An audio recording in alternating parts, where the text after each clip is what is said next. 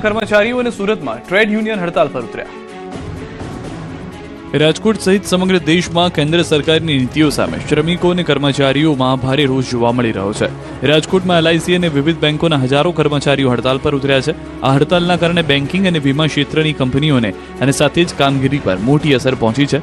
એલઆઈસીની office બહાર વર્ગ 3 અને વર્ગ 4ના કર્મચારીઓ એકઠા થઈને કેન્દ્ર સરકાર હાય હાયના નારા લગાવી વાતાવરણ ગજવી મૂક્યું. વિરોધ પ્રદર્શન પાછળનું મુખ્ય કારણ શ્રમ કાયદામાં કરવામાં આવેલા ફેરફારો, ખાનગીકરણની નીતિ અને નવી ભરતીનો અભાવ હોવાનું જણાવ્યું. આગામી સમયમાં રસ્તા ઉપર ઉતરી ઉગ્ર આંદોલન કરવાની ચીમકી પણ તેમણે ઉચ્ચારી છે.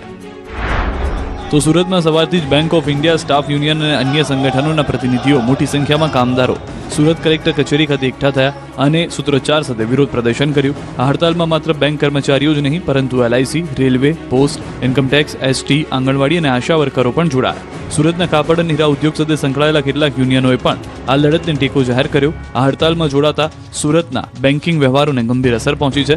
પ્રાથમિક અંદાજ મુજબ આ હડતાલને કારણે સુરતમાં 15,000 કરોડથી વધુના બેન્કિંગ ટ્રાન્ઝેક્શનને અસર જોવા મળી રહી છે. 4 નવા શ્રમ કાયદા રદ કરવાની માંગ કરી છે. પડતર માંગણીઓને લઈને આંગણવાડી કાર્યકરોએ મહેસાણામાં કર્યો વિરોધ. રાજ્યભરમાં આંગણવાડી કાર્યકરો અને તેડાગર બહેનોએ પોતાની પડતર માંગણીઓને લઈને સરકાર સામે આંદોલનનું શસ્ત્ર ઉગામ્યું. જેના ભાગરૂપે આજે મહેસાણા જિલ્લાની મોટી સંખ્યામાં આંગણવાડી બહેનોએ એકઠા થઈને વિરોધ પ્રદર્શન કર્યું.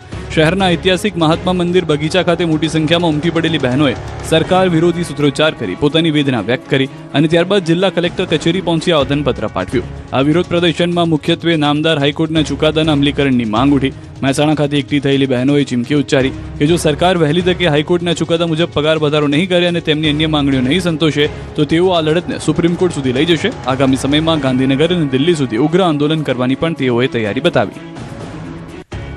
શામળાજીના કાદવિયા ગામે આઝાદી બાદ ક્યારેય રોડ નહીં બનતા લોકોમાં આક્રોશ. ગુજરાતમાં વિકાસની મોટી વાતો થાય છે. જ્યાં જ્યાં ગામ ત્યાં રોડના બણગા ફૂંકવામાં આવે છે. પરંતુ અરવલ્લીના શામળાજીનું કાદવિયા ગામ એવું છે જ્યાં આઝાદીના આટલા વર્ષો બાદ ડામર રોડ જ નથી બન્યો. આ ગામના લોકોએ ડામર રોડ જોયો પણ નથી, જેથી 75 ઘરના 150થી વધુ બાળકોને શાળા કાચા માર્ગેથી જવું પડી રહ્યું છે. ડુંગરાળ અને નદી વિસ્તારના કારણે વિદ્યાર્થીઓ જીવના જોખમે સ્કૂલે જઈ રહ્યા છે.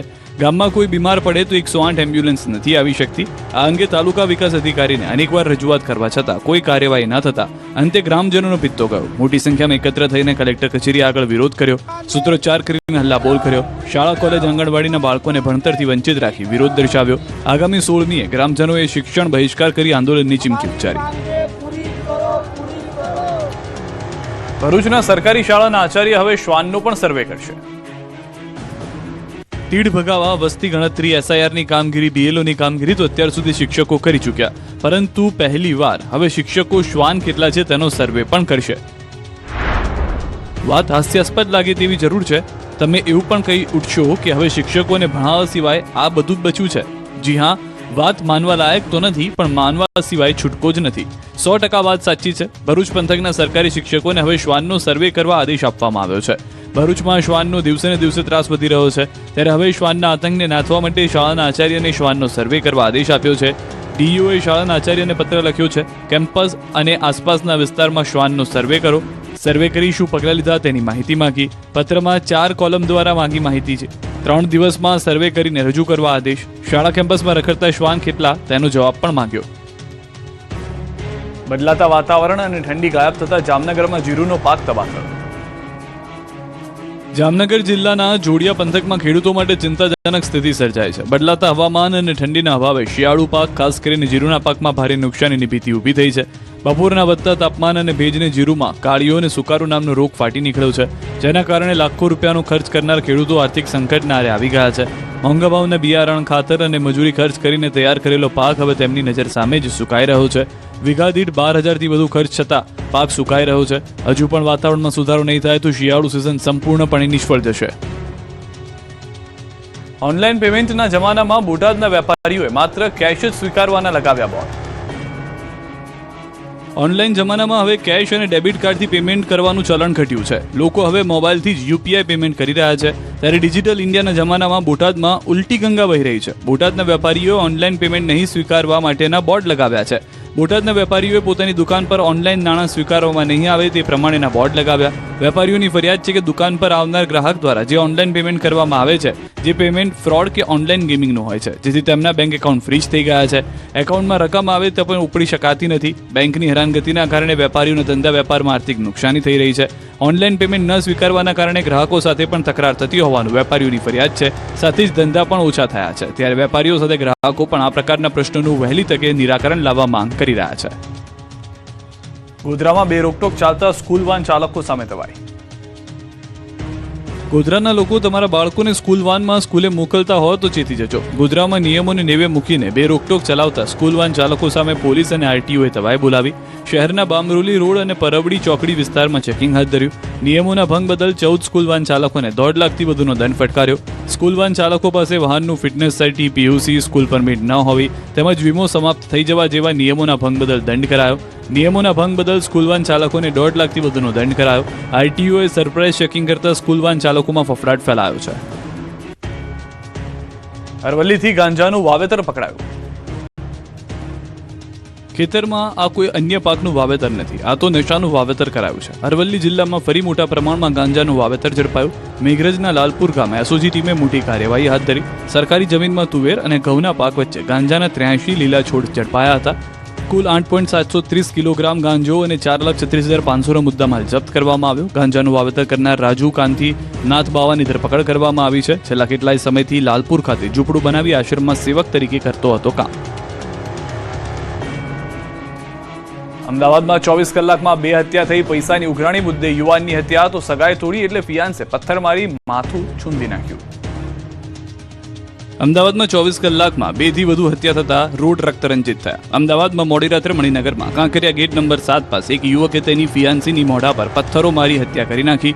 ગોમતીપુરમાં રહેતી 17 વર્ષની સગીરાની મોહમ્મદ આવેશ પઠાણ નામના યુવક સાથે સગાઈ થઈ. 11 ફેબ્રુઆરી રાતના સમયે સગીરા અને આવેશ રાતના 10:30 વાગ્યાની આસપાસ કાંકરિયા ગેટ નંબર 7 પાસે મળ્યા. આવેશને કેટલાક સમયથી સગીરા પર શંકા હતી, જેથી આ બાબતે બંને વચ્ચે બોલાચાલી થઈ. આવેશે ગુસ્સામાં કોટા સ્ટોરનો ધારદાર અણીવાળો પથ્થર મારીને હત્યા કરી.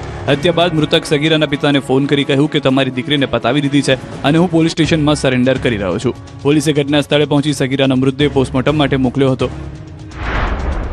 બીજી તરફ અમદાવાદ શહેરના બોપલ ખાતે આવેલા વકીલ સાહેબ બ્રિજ નીચે મોડી રાત્રે એક યુવકની તેના મિત્રોને સાથે છરીના ઘા ઝીકીને 3 શખ્સોએ ઘાતકી હત્યા કરી દેતા ચકચાર મચી ગઈ. યુવકને બસની બહાર બોલાવીને 3 શખ્સોએ બબાલ કરી હતી અને ત્યારબાદ હિંસક હુમલો કરીને શિવા કલસુવાને મોતને ઘાટ ઉતારી દીધો હતો. ઘટનાની જાણ થતાની સાથે જ પોલીસની ટીમ તાત્કાલિક સ્થળે પહોંચી હતી. ગણતરીની કલાકોમાં જ 2 આરોપીની ધરપકડ કરી. પ્રાથમિક તપાસમાં 2 લાખ રૂપિયાની ઉઘરાણી મામલે ઝપાઝપી બાદ હત્યા થયાનું સામે આવ્યું. દેવગઢ બારિયામાં પેટ્રોલ પંપ પર મારામારી થઈ હતી. ઇકો ગાડીના ચાલકે પંપ પરના કર્મચારીઓ સાથે મારપીટ કરી. સીએનજી 0 કેમ નથી કર્યું તેમ કહી હુમલો કર્યો. મામલો બિચકતા પેટ્રોલ પંપના કર્મીઓ પણ મારપીટ કરતા નજરે પડ્યા. વડોદરાના વાઘોડિયા રોડ સ્થિત કોસ્મોસ કોઓપરેટિવ બેંકમાં નરેન્દ્ર શાહ નામના ગ્રાહકે લોકરમાં મૂકેલા અંદાજે 35 તોલા સોનાના દાગીના ગાયબ થતા હડકંપ મચી ગયો. દીકરીના લગ્નને માત્ર 2 દિવસ બાકી છે ત્યારે લોકરમાંથી સોનું ગાયબ થઈ ગયું. ઘટનાને લઈ નરેન્દ્ર શાહે પોલીસ ફરિયાદ નોંધાવી. રાજકોટમાં મિશ્ર ઋતુને કારણે પાણીજન્ય રોગચાળો વધી રહ્યો છે. ત્યારે રોગચાળો અટકાવવા મહાનગરપાલિકાએ શહેરમાં પાણી અને બરફ વિતરકો સામે કડક કાર્યવાહી કરી. કુલ 91 આઈસ ફેક્ટરી અને પાણીના જગ વિતરકોની તપાસ કરવામાં આવી છે. 91 પાણીના સેમ્પલ લઈ પરીક્ષણ માટે મોકલાયા છે. રિપોર્ટ મુજબ 55 સેમ્પલ અનસેટિસ્ફેક્ટરી મળ્યા છે. 47 એકમો સીલ કરવામાં આવ્યા છે. ભરૂચ શહેરમાં વહીવટીતંત્ર દ્વારા ગેરકાયદેસર દબાણો સામે મોટી કાર્યવાહી હાથ ધરવામાં આવી. શહેરની શ્રવણ ચોકડીથી શક્તિનાથ વિસ્તારો સુધી આવેલા પાકા અને કાચા દબાણો પર બુલડોઝર ફરી વળ્યું હતું. આ કાર્યવાહી દરમિયાન સ્વામિનારાયણ મંદિર, મોઢેશ્વરી મંદિર સહિત આસપાસના શોપિંગ સેન્ટરોમાં આવેલા દબાણો દૂર કરવામાં આવ્યા. ભરૂચ ખાતે વીજ ક્ષેત્રે ખાનગીકરણના વિરોધમાં સંયુક્ત સંકલન સમિતિ દ્વારા પ્રદર્શન કરવામાં આવ્યું. હોદ્દેદારો અને સભ્યોએ રાજ્યભરની મુખ્ય વીજ કચેરીઓ સામે વિરોધ નોંધાવ્યો. દક્ષિણ ગુજરાત વીજ કંપની લિમિટેડ અને ગુજરાત એનર્જી ટ્રાન્સમિશન કોર્પોરેશનની ભરૂચ ટીમે સૂત્રોચ્ચાર કર્યા હતા. સુરત બાદ બનાસકાંઠાના ધાનેરામાં શ્વાનનો આતંક સામે આવ્યો. ધાનેરામાં સોસાયટીમાં રમતા 2 બાળક પર શ્વાને હુમલો કર્યો. બંનેને સારવાર માટે ખસેડાયા. શિકારની શોધમાં ફરતો સાવજ ગોંડલના મોટા દડવા ગામ સુધી પહોંચી ગયો. વાડીમાં વાવેલ મકાઈના છોડ વચ્ચે સિંહ દેખાયો હતો. સિંહે 2 દિવસ પહેલા કંટોલિયા ગામે વાછરડીનું મારણ કર્યું હતું, જેથી ગ્રામજનોમાં ભયનો માહોલ છે. જૂનાગઢના દત્ત ચોકમાં નાગા સાધુએ રસ્તાની બાજુમાં સૂતેલા લોકોને ઉઠાડ્યા. નાગા સાધુઓએ કપિરાજ દ્વારા લોકોને રસ્તા પરથી ઉઠાવ્યા. ઘટનાની જાણ થતાં પોલીસ સાધુની અટકાયત કરી ચૂકી. દ્વારકાના ભાણવડના ભેણકવાડ ગામ નજીક સ્કોર્પિયો ચાલકે સ્ટીયરિંગથી કાબુ ગુમાવતા રોડની નીચે ઉતરી ગઈ ગાડી અને પલટી મારી ગઈ. અકસ્માતમાં એક વ્યક્તિને જીવ ગુમાવવાનો વારો આવ્યો, જ્યારે 4 લોકો ગંભીર રીતે ઇજાગ્રસ્ત થયા. ગુજરાત વિધાનસભાના ઉપાધ્યક્ષની ચૂંટણી યોજાશે. 16 ફેબ્રુઆરીના રોજ ગૃહમાં ચૂંટણી યોજાશે. 13 ફેબ્રુઆરી બપોરે 12 વાગ્યા સુધી દરખાસ્ત રજૂ થશે. એક સભ્ય માત્ર એક જ દરખાસ્ત કરી શકશે. કોઈ સભ્ય પોતાના નામની દરખાસ્ત નહીં કરી શકે. એસઆઈઆર મુદ્દે કોંગ્રેસ હાઈકોર્ટના દ્વાર ખખડાવ્યા. સુરત કોંગ્રેસ પ્રમુખે હાઈકોર્ટમાં અરજી કરી છે. 2 ફોર્મ 7ના નિયમનો ઉલ્લંઘનનો આરોપ છે. મતદાર યાદીમાં મોટા પાયે ગેરરીતિ થયાનો આરોપ છે. કડીમાં ગૌવંશના કતલથી ચકચાર. રાત્રે 15 થી 20 ગાયના માથાને ધડથી અલગ કર્યા. બનાવની જાણ થતાં ધારાસભ્ય ઘટના સ્થળે પહોંચ્યા. મહેસાણા જિલ્લાના કડી તાલુકામાં ગૌવંશની કતલની ઘટના સામે ગૌપ્રેમીઓમાં રોષ ફાટી નીકળ્યો છે. અલદેશન રોડ પર મોડી રાત્રે ગૌરક્ષકોએ પાડેલા દરોડા દરમિયાન 2 ગાયના કતલ કરેલા મૃતદેહ મળી આવતા સમગ્ર પંથકમાં ભારે રોષ અને ચકચાર ફેલાઈ ગઈ છે.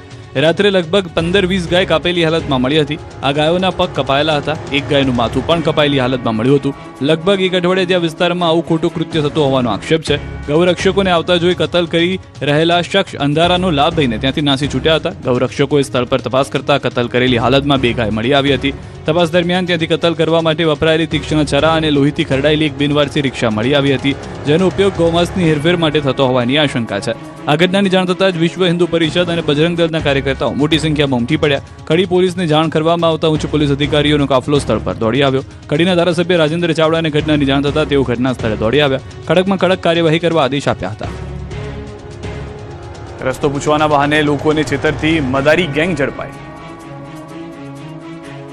વલસાડ જિલ્લા એલસીબી પોલીસની ગિરફ્તમાં ઉભેલો આ વ્યક્તિ આપને માસૂમ અને નિર્દોષ લાગશે, પરંતુ આ પેન્ટ શર્ટના કાપડ પાછળ એક શાતિર દિમાગ અને શાતિર ઈરાદાઓ છુપાયેલા છે, જે લોકોને અજીબ રીતે છેતરપિંડી આચરતો.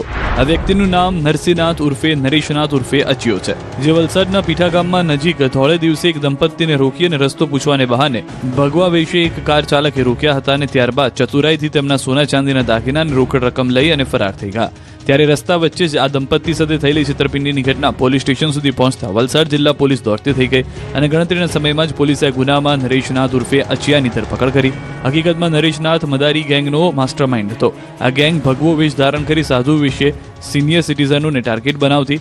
એકાંત વિસ્તારમાં રસ્તો પૂછવાના બહાને કે અન્ય કોઈ બહાને તેમને વાતોમાં ભોળવી હિપ્નોટાઇઝ કરે છે અને ત્યારબાદ તેમની પાસે રહેલા સોના ચાંદીના દાગીના અને રોકડ રકમ લઈ છેતરપિંડી આચરી ફરાર થઈ જતા. આરોપીની ધરપકડ બાદ પીઠા ગામમાં થયેલી ઘટનાનો ભેદ ઉકેલાઈ ગયો. આ ગેંગે અડધા ગુજરાતમાં છેતરપિંડી આચરી હતી.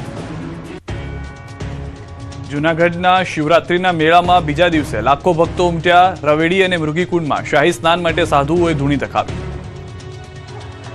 ગિરનારની ગોદમાં બિરાજમાન ભવનાથ મહાદેવના સાનિધ્યમાં મેળાના બીજા દિવસે પણ મોટા પ્રમાણમાં શ્રદ્ધાળુ ઉમટ્યા છે. સમગ્ર દેશ વિદેશમાંથી આવેલા સાધુ સંતો અને શ્રદ્ધાળુઓના કારણે ભવનાથ તળેટી અત્યારે શિવમય બની ગઈ છે. ગિરનારના પથ્થરે પથ્થરમાં જાણે મહાદેવનો વાસ હોય તેવો અનુભવ ભાવિકો કરી રહ્યા છે. મેળાના બીજા દિવસે ભવનાથ તળેટીમાં ભાવિકોનું ઘોડાપુર ઉમટી રહ્યું છે. સાથે નાગા સાધુઓએ ધૂણી દખાવી અલખ નિરંજન અને મહાદેવ હરના નારા સાથે મેળાને વિધિવત વેગ આપ્યો છે. એક દિવસમાં 1 લાખથી વધુ શ્રદ્ધાળુઓએ મેળો માણ્યો. હજુ પણ શ્રદ્ધાળુઓનો પ્રવાહ વિરત છે. ભજન, ભોજન અને ભક્તિનો ત્રિવેણી સંગમ રચાયો છે. ભવનાથ તળેટી ધીમે ધીમે ભક્તોથી ભરચક ભરાવા લાગી છે. ખાસ કરીને દેશભરમાંથી આવેલા સાધુ સંતોએ આકર્ષણ જમાવ્યું છે. દશનામ ગોદડ અખાડાના ઘૂઘરાવાળા બાબા ખાસ આકર્ષણનું કેન્દ્ર બન્યા છે. કમરે બંધાયેલ ભૈરવ જોડી એટલે કે મતિંગા અને સતત રણકતા ઘૂઘરા તેમની ઓળખ છે. તેઓ સામાન્ય ભિક્ષા સ્વીકારતા નથી, માત્ર સંન્યાસીઓ પાસેથી જ કરવેરો લે છે. આ ઘૂઘરાવાળા બાવાનો એક સૌથી કઠોર નિયમ એ છે કે તેઓ ક્યારેય પાછું વળીને જોતા નથી. જો તેમને કોઈ કારણસર પાછું જવું હોય તો તેઓ ગોળ ફરવાને બદલે પાછા પગલે એટલે કે ઊંધા પગલે ચાલે છે. વીરપુરમાં જલારામ બાપાની 145મી પુણ્યતિથિની ઉજવણી. વેપારીઓએ રોજગાર ધંધા બંધ રાખીને શ્રદ્ધાંજલિ પાઠવી. સૌરાષ્ટ્રના સુપ્રસિદ્ધ જગવિખ્યાત યાત્રાધામ વીરપુરના સંત શિરોમણી જલારામ બાપાની 145મી પુણ્યતિથિની ઉજવણી કરવામાં આવી. આ વર્ષે પણ જલારામ બાપાની પુણ્યતિથિના દિવસે સમગ્ર વીરપુર ગામના તમામ નાના મોટા વેપારીઓ અને વીરપુર વેપારી એસોસિએશન પણ સંપૂર્ણપણે પોતાના રોજગાર ધંધા બંધ પાડીને પૂજ્ય જલારામ બાપાને શ્રદ્ધા અંજલિ અર્પણ કરી. સાથે વીરપુર આવતા ભાવિકો યાત્રાળુઓ માટે જલારામ બાપાની જગ્યામાં અન્ય ક્ષેત્ર તેમજ જલારામ બાપાના દર્શન રાબેતા મુજબ થાય તે માટે ખાસ દિવસે ભક્તોને દર્શન કરવા સારો જોવા મળી રહ્યો છે. સાથે ભાવિકોએ દર્શન કરીને ધન્યતા અનુભવી હતી. જલારામ બાપાના પરિવારજનો દ્વારા પણ સવારે બાપાની સમાધિ ખાતે શ્રદ્ધાંજલિ અર્પણ કરાઈ હતી.